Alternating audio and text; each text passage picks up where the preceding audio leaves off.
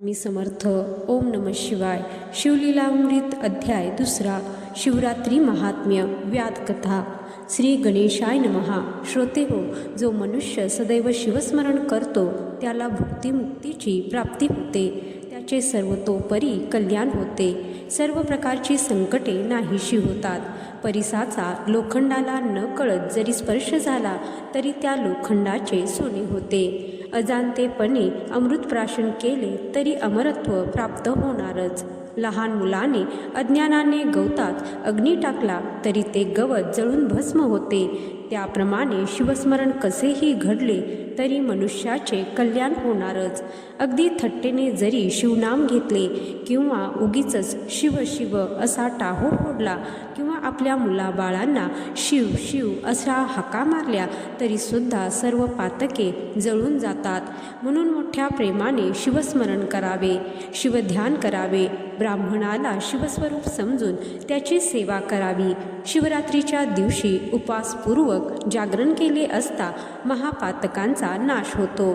शिवरात्रीच्या दिवशी भगवान शंकराला बिल्वदले म्हणजेच बेल अर्पण करून यथासांग पूजा केली तर मागील 1000 जन्मातील पापे जळून भस्म होतात. जो भगवान शंकराला नित्यनेमाने बिल्वदल वाहतो त्याच्या एवढा मोठा पुण्यवंत दुसरा कोणीही नाही. अशा पुण्यवंतांच्या दर्शनाने इतर लोक उद्धरून जातात. प्रातःकाली शिवदर्शन घेतले असता रात्री घडलेले पाप जळून जाते. माध्यान्काळी शिवदर्शन घेतले असता पूर्वजन्मातील सर्व पापे जळून जातात. संध्याकाळी शिवदर्शन घेतल्याने सप्तजन्माची पापे जळून भस्म होतात. शिवरात्रीचे महात्म्य सहस्त्रमुखांचा शेषही वर्णन करू शकत नाही. सर्व पुण्यदिनी उपवास, जागरण, त्रिकाल शिवपूजा, रुद्रघोष केला तर त्या पुण्याला गणतीच नाही. म्हणून तर वशिष्ठ, विश्वामित्रादी ऋषीमुनी, देव, गंधर्व, किन्नर, सिद्धचारण, विद्याधर इत्यादी सर्वजण मोठ्या भक्तिभावाने शिवरात्री व्रत करतात. याविषयी पुराणकार सुतांनी शौनकादी ऋषींना एक कथा सांगितली. ती अशी. खूप वर्षापूर्वी विंध्य पर्वतात एक व्याध म्हणजे शिकारी राहत होता. जंगलातील पशुपक्ष्यांना ठार मारून आपली उपजीविका करणे एवढेच त्याला माहीत होते. रोजच्या रोज शिकारीच्या नावाखाली निष्पाप प्राण्यांची हत्या करून तो किती पापे करीत होता याची त्याला काहीही जाणीव नव्हती. तो माघ महिना होता. कडाक्याची थंडी होती. थंड वारा अंगाला झोंबत होता. पण त्या व्याधाला शिकार करण्याशिवाय गत्यंतर नव्हते. पोटाची खळगी तर भरली पाहिजे. मग काय करणार? तो व्याध धनुष, बाण व जाळे घेऊन शिकार करण्यासाठी एका बनात गेला. तेथे शिकार शोधण्यासाठी फिरता फिरता तो एका शिवमंदिराजवळ आला. ते शिवमंदिर मोठे, भव्य, दिव्य, विशाल होते. त्या दिवशी शिवरात्र होती. त्यामुळे शिवमंदिरात लोकांची खूप गर्दी जमली होती. सगळे लोक शिवनामाचा जयघोष करीत होते. व्याधाने मंदिरात डोकावून पाहिले. तेथे भगवान शंकरांच्या शिवलिंगावर अभिषेक चालू होता. रुद्रापाठाचे घनगंभीर स्वर ऐकू येत होते. शिवलिंगावर बिल्वपत्राचा वर्षाव चालू होता. अनेक प्रकारची मंगलवाद्ये वाजत होती. सगळे लोक तहान भूक विसरून उपवासपूर्वक भगवान शंकराच्या आराधनेत अगदी रंगून गेले होते. सर्वांच्या चेहऱ्यावर सात्विक आनंद दिसत होता. तो सगळा प्रकार पाहून त्या व्याध्याला हसू आले. तो स्वतःशीच म्हणाला, लोकांच्या या मूर्खपणाला काय म्हणावे? दगडाची पूजा काय करतात? त्याला बेलाची पाने काय वाहतात? उपवास काय करतात? सारखे शिव शिव हर हर असे काय ओरडतात? सगळा वेडेपणा. असा विचार करीतच तो तेथून निघाला व बनात शिरला. तो शिकार शोधू लागला. त्याला त्या शिवमंदिरातील शिवनाम घोषाचे हसू येत होते आणि त्या लोकांची टवाळी करण्यासाठी तो शिव शिव, वशी वशी, हर हर, रह रह असे उलटे सुलटे वाटेल तसे म्हणत होता. परंतु त्या शिवनाम स्मरणाने त्या व्याधाचे पाप हळूहळू कमी होऊ लागले.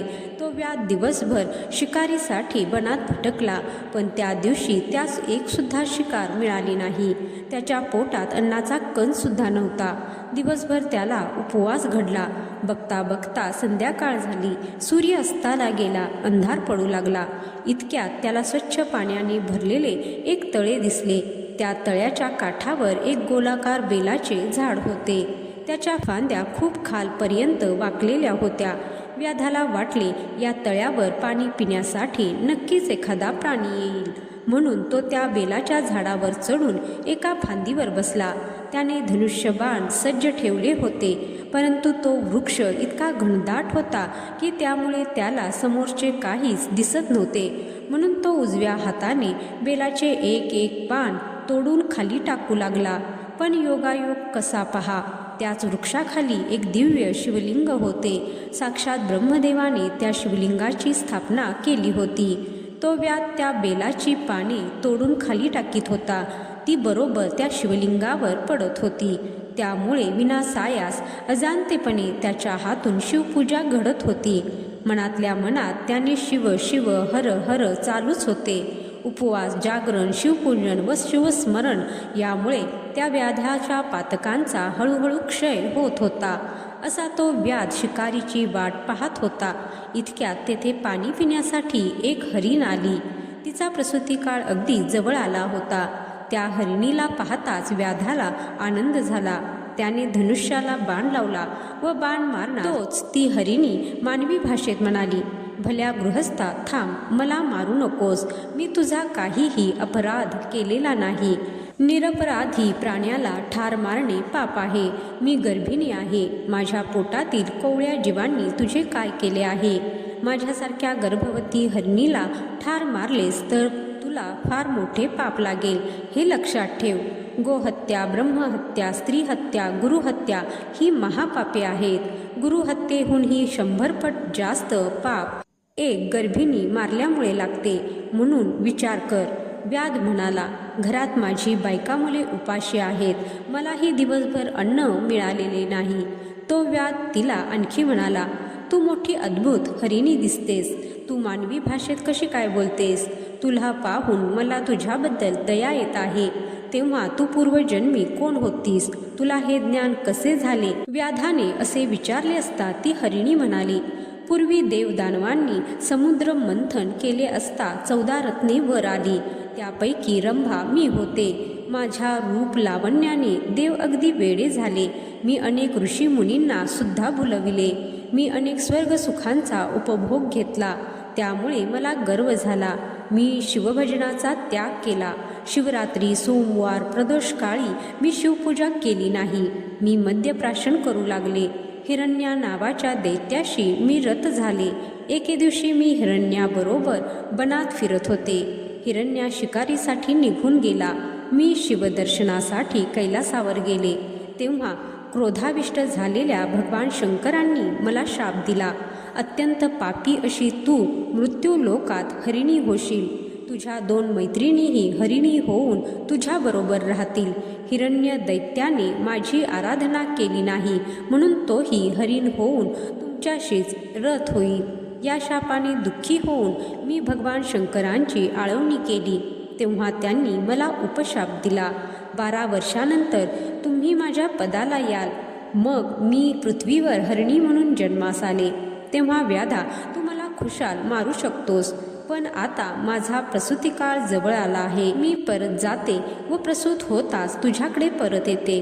गर्भहत्या करणे महापाप आहे, म्हणून तू या क्षणी मला मारू नको. व्याध म्हणाला, तू बोलतेस छान, पण तुझ्यावर मी विश्वास कसा ठेवणार? तू परत येशील याची खात्री काय? म्हणून तू कसली तरी शपथ घे, मग जा. हरिणी म्हणाली, ठीक आहे, मी शपथ घेते. ऐक तर, मी कबूल केल्याप्रमाणे परत आले नाही तर जो ब्राह्मण कुळात जन्मास येऊनही नित्य संध्यास्नान करीत नाही, वेदाध्ययन करीत नाही, वेदविद्येची विक्री करतो, ज्याला भजन पूजन आवडत नाही, अशा गोष्टीमुळे त्याला लागणारे पाप माझ्या माथी बसेल. दुसऱ्याने केलेले उपकार विसरून जाणारा, दुसऱ्याला पीडा देणारा, दानधर्मात विघ्ने आणणारा, गुरुनिंदा ऐकणारा, शिव विष्णूची निंदा करणारा, अशा माणसाला जे पाप लागते ते पाप मला लागेल. दिलेले दान जो परत घेतो, भ्रष्ट मार्गाचा अवलंब करतो, स्वधर्माचा त्याग करतो, मंदिरात हरिकथा श्रवण करताना जो विडा खातो, मंदिरात स्त्रीचा उपभोग घेतो, तो पुढील जन्मी नपुंसक म्हणून जन्मास येतो. तो दोष मलाही लागेल. आपल्याला माहीत असलेली विद्या जो शिष्याला देत नाही तो पुढील जन्मी पिंगळा होतो. जो राजा प्रजेला पीडा देतो तो वाघ किंवा सर्प होतो. जो साधू संतांचा छळ करतो त्याचा निर्वंश होतो. आपला पती कुरूप आहे म्हणून त्याचा त्याग करणारी स्त्री बालविधवा होते. ज्या स्त्रिया आपल्या पतीचा अपमान करतात त्या दासी किंवा उलटा होतात. आपल्या धन्याशी द्रोह करणारा कुत्रा होतो. सेवकाची सेवा घेऊन त्याला जो वेतन देत नाही तो पुढील जन्मी भिकारी होऊन दारोदार भीक मागत फिरतो. जे जारण मारण करतात ते भूत पिशाच होतात. जे देवाच्या दिव्यातील तेल चोरतात ते निपुत्रिक होतात. ज्या स्त्रिया स्वयंपाक करताना अन्नाची चोरी करतात त्यांना पुढील जन्मी मांजरीचा जन्म घ्यावा लागतो. जे आई वडिलांना पीडा देतात ते माकड होतात. सासू सासऱ्यांचा छळ करणारी स्त्रीची मुले जगत नाहीत. ती हरिणी व्याधाला म्हणाली, मी घरी जाऊन परत आले नाही तर ही सर्व पापे मला लागतील. जगातील सर्व महापातकांची मी धनी होईन अशी मी शपथ घेते. आता मला जाण्याची परवानगी दे. ती हरिणी असे म्हणाली असता व्याध तिला म्हणाला, तू आता परत जा व रात्र संपताच लवकर परत ये. व्याध्याच्या या बोलण्याने हरिणी आनंदित झाली. तू थोर पुण्यवंत आहेस, तू शिवपदाला जाशील असे म्हणून ती अरण्यात निघून गेली. ती हरिणी निघून गेल्यावर व्याधाने पुन्हा बिल्वपत्र तोडून टाकण्यास सुरुवात केली. मनातल्या मनात शिव शिव हर हर चालूच होते. रात्रीचे 2 प्रहर झाले होते. ती दुसरी पूजा समजून भगवान शिवाच्या कृपेने त्या व्याधाच्या सप्तजन्मातील अर्धी पापे नष्ट झाली. तो व्याध मुखाने शिव शिव असे म्हणत असता दुसरी एक हरिणी तेथे पाणी पिण्यासाठी आली. त्या हरिणीला व्याध बाण मारणार तोच ती म्हणाली, व्याधा थांब, माझा पती घरी माझी वाट पाहत आहे. मी पती सहवासासाठी आतुर झाले आहे. मी घरी परत जाऊन माझ्या पतीबरोबर सुखोपभोग घेते व मग परत येते. मरताना इच्छा अपुरी राहिली तर मुक्ती मिळत नाही, म्हणून मला परत जाण्याची परवानगी दे. व्याध म्हणाला, तू आनंदाने परत जा, परंतु जाण्यापूर्वी एखादी शपथ घे. हरिणी म्हणाली, तुला परत येण्याचे वचन देऊन जर मी परत आले नाही तर जगातील सर्व पातके मला लागतील. जो मनुष्य तळी, विहिरी, मंदिरे यांची मोडतोड करतो याबद्दल त्याला जी पापे लागतील ती सर्व माझ्या माथी पडतील. वेदशास्त्रांची जो निंदा करतो, संत भक्तांचा द्वेष करतो, हरिहर चरित्रांचा जो त्याग करतो त्याची सर्व पापे मला लागतील. आपल्या पतीचा त्याग करून जी स्त्री परपुरुषाकडे जाते तिचे पाप मला लागेल. मुलगा आणि सून चांगली वागत असताना त्यांना जे पीडा देतात ते पुढील जन्मी कुरूप होतात व अन्नासाठी भिक्षा मागत फिरतात. आपल्या गुरुचे जे उणेदुणे ऐकतात त्यांची संपत्ती नष्ट होते. जे वाटसरूंची वस्त्रे हिरावून घेतात त्यांना प्रेतवस्त्रे पांघरावी लागतात. स्वतःला तपस्वी समजून जे अनाचार करतात ते पुढील जन्मी सुरवंट होतात. धन्याची सेवा न करणारी दासी मगरी म्हणून जन्मास येते. जो ब्राह्मण दारूची विक्री करतो, स्वतः मद्यपान करतो, ब्राह्मणांचा छळ करतो तो पुढील जन्मी ब्रह्मराक्षस होतो. दुसऱ्याने केलेल्या उपकाराची जो आठवण ठेवत नाही तो जंत होतो. जो श्राद्धाच्या दिवशी स्त्रीचा उपभोग घेतो तो कुत्रा किंवा डुक्कर होतो. जो खोटी साक्ष देतो त्यांचे पूर्वज नरकात जातात. जो 2 बायका करून त्यातील एकीवरच प्रेम करतो तो कुत्र्याच्या शरीरावरील गोचिडी होतो. जो पाणी कोंडून ठेवतो त्याच्या मलमूत्राचा निरोध होतो. ग्रहणकाळी जो भोजन करतो त्याला पित्तरोग होतो. दुसऱ्यांची मुले पळवून नेऊन विक्री करणारा कुष्ठरोगी होतो. जी स्त्री गर्भपात करते ती पुढील जन्मी वंध्या होते. ब्राह्मणांच्या अन्नाचा अपहार करणाऱ्यांचा वंश वाढत नाही. गुरु, संत, आई वडील यांची निंदा नालस्ती करणाऱ्यांची वाचा जाते. मंदिरातील पवित्र वृक्ष तोडणारा पांगळा होतो. जो सुतकन्न खातो त्याला उदर रोग होतो. जो मनुष्य ब्राह्मणाचे ऋण फेडत नाही त्याचा पिता त्याच्या बालपणी मृत्यू पावतो. जो ब्राह्मणाला दान देतो असे म्हणून देत नाही त्याला अन्नान्न दशा येते. जो पवित्र ग्रंथांचे श्रवण करीत नाही तो जन्मोजन्मी बहिरा होतो. जो मात्या पित्याला पीडा देतो त्याच्या कार्याचा नाश होतो. जो मुक्या प्राण्यांना गवत पाणी न देऊन मारतो त्याची प्रजा मुकी होते. जो परस्त्रीची अभिलाषा धरतो त्याला पुढील जन्मी अत्यंत कुरूप व तोंडाळ बायको मिळते. जो सूर्याकडे तोंड करून लघवी करतो त्याचे लहानपणीच सर्व दात पडतात. डोक्याचे केस पांढरे होतात. आपल्या मृत बालकासाठी शोक करणाऱ्याला जे कुचेष्टेने हसतात ते निपुत्रिक होतात.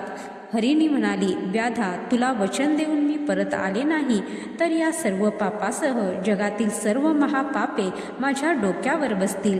व्याध्याने तिला जाण्याची परवानगी देताच ती हरिणी पाणी पिऊन निघून गेली. थोड्या वेळाने तिथे एक हरिण आला. पारध्याने त्याच्यावर बाण रोखला असता तो हरिण म्हणाला, माझ्या घरी माझ्या पतिव्रता स्त्रिया आहेत, त्यांचा निरोप घेऊन येतो, मग मला तू मार. मी वचन पाळले नाही तर मला अनंत पापांचे फळ भोगावे लागेल. भक्त कथा कीर्तन करीत असताना जो कथाभंग करतो त्याचा निर्वंश होतो. जे तीर्थयात्रेत विघ्ने निर्माण करतात, यात्रेकरूंचे सगळे काही हिरावून घेतात, त्यांच्या सर्वांगावर व्रण पडतात, ते कल्पपर्यंत नरकात पडतात. जे ब्राह्मणांचा अपमान करतात त्यांची संतती वाढत नाही. एकादशी, शिवरात्र या दिवशी जे उपोषण करीत नाहीत त्यांचे हात पाय क्षीण होतात. जे शिवविष्णूच्या प्रतिमा फोडतात ते नरकात पडतात. मातृद्रोही व्याधीग्रस्त होतो, पितृद्रोही पिशाच्य होतो, गुरुद्रोही अचानक मरतो व भूतपिशाच्य होतो. भोजन करीत असलेल्या ब्राह्मणाला जो हसतो त्याच्या तोंडाला कसलीही चव राहत नाही. गोविक्री, कन्या विक्री करणारा मांजर होतो. जो कन्या भगिनींची अभिलाषा बाळगतो, पतिव्रतेकडे कामवृत्तीने पाहतो त्याला प्रमेह रोग होतो. जो मंदिर मोडतो, शिवलिंग फोडतो, देवपूजेची उपकरणे चोरतो त्याला पांडुरोग होतो. जो ब्राह्मणाला बाहेर बसून स्वतः घरात उत्तम अन्न खातो त्याला संग्रहणी किंवा पोटशूळ रोग होतो. कर्मभ्रष्ट, पांचयज्ञ न करणारा, ब्राह्मणांची घरे जाळणारा, गोरगरिबांना लुबाडणारा, संतांचा अपमान करणारा, गुरूंचा छळ करणारा संतानहीन होतो. जो शिवकीर्तन नीट ऐकत नाही तो कर्णरोगी होतो. शिवकीर्तन चालू असताना नको त्या गोष्टी बोलत बसणारा बेडूक होतो. शिवकीर्तन पुराण श्रवण न करणारा सर्प होतो. हरिण म्हणाला, व्याधा, तुला वचन देऊन मी परत आलो नाही, या सर्व पातकांचा मी धनी होईल. व्याधाची परवानगी मिळताच तो हरिण पाणी पिऊन निघून गेला. त्या पारध्याच्या डोळ्यातून अश्रू वाहू लागले. बिल्वपत्र खुडून टाकीत असताना तो शिवनामाचा घोष करू लागला. 4 प्रहराच्या पूजनाने उपाशी पोटी झालेल्या जागरणाने त्या व्याध्याच्या मागील सप्तजन्मातील पातकांचे भस्म झाले. इतक्यात रात्र संपून सूर्योदय झाला आणि त्याच वेळी तिसरी हरिणी तेथे आली. व्याध्याला पाहून ती म्हणाली, मला मारू नको, माझी बाळे घरी आहेत, मी त्यांना स्तनपान देऊन परत येते, मग तू मला मार. कंठ दाटून आलेल्या व्याध्याने परवानगी देताच ती हरिणी पाणी पिऊन परत गेली. मोठी हरिणी प्रसूत झाली. दुसऱ्या हरिणीने आपल्या पतीला आनंदित केले. तिसरीने आपल्या पाडसांना पाजले. मग तो हरिण सर्वांना म्हणाला, चला आपण व्याध्याकडे जाऊ.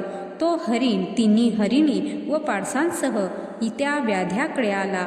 तो हरिण व्याध्याला म्हणाला, मला प्रथम मार. तेव्हा हरिणी म्हणाल्या, हे बरोबर नाही, आम्हाला अहेवपणी मरण आले पाहिजे. तेव्हा पाडसे म्हणाली, व्याध्या, आम्हालाच अगोदर मार. अशा प्रकारे मरणासाठी त्यांच्यात चढाओढ लागलेली पाहून त्या व्याध्याचे हृदय भरून आले. त्याच्या डोळ्यातून अश्रू वाहू लागले. त्याने धनुष्यबाण फेकून दिले. तो झाडावरून खाली उतरला व त्या हरिणांच्या पाया पडून म्हणाला, आज तुमच्यामुळे मी धन्य झालो, तुमच्यामुळेच मी पापमुक्त झालो. माझे माता, पिता, गुरुदेव सगळे काही तुम्हीच आहात. मी आज पवित्र पावन झालो आहे. माझी सर्व पातके जळून भस्म झाली आहेत. हा सगळा संसार खोटा आहे, ही सगळी माया आहे. मला आता कशाचीच इच्छा नाही. आता भगवान शंकरांचे चरण कधी पाहीन असे झाले आहे. तो व्याध असे बोलत असताना तिथे कैलासहून दिव्य विमान आले. त्यात शिवगण बसले होते. दिव्य वाद्ये वाजत होती, किन्नर गायन करीत होते. त्याच क्षणी त्या हरिणांना दिव्य देह प्राप्त झाले. व्याधालाही दिव्य देह प्राप्त झाला. शिवगणांनी त्या सर्वांना विमानात बसवून शिवलोकाला नेले. सर्व देव त्या व्याधाची स्तुती करीत होते. व्याधाला शिवपद प्राप्त झाले. त्या हरिणांना तारामंडळात स्थान प्राप्त झाले. आजही आकाशात लोकांना त्यांचे दर्शन होते. असे आहे हे शिवरात्री महात्म्य. याच्या नित्य श्रवणाने सर्व पातके जळून भस्म होतात. याचे सावध चित्ताने पठण करणारे खरोखर पुण्यशील होत. सज्जन श्रोत्यांनी या शिवलीलामृताचे नित्य प्राशन करावे. जे दुष्ट निंदक आहेत त्यांना हे कधीही प्राप्त होणार नाही. स्कंद पुराणाच्या ब्रह्मोत्तर खंडातील श्री शिवलीलामृत ग्रंथाचा 2रा अध्याय समाप्त. श्री सांब सदाशिव अर्पणमस्तु. शुभम भवतु. ओम नमः शिवाय. हर हर महादेव.